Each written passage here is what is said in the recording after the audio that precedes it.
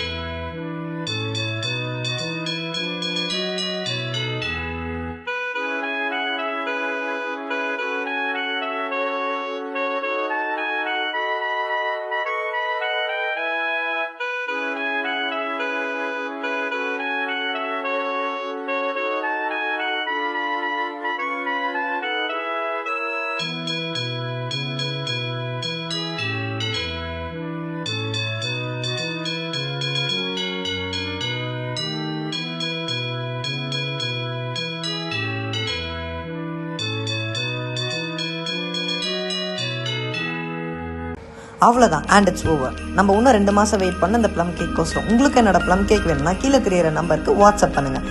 Thank you every one for வாட்சிங்.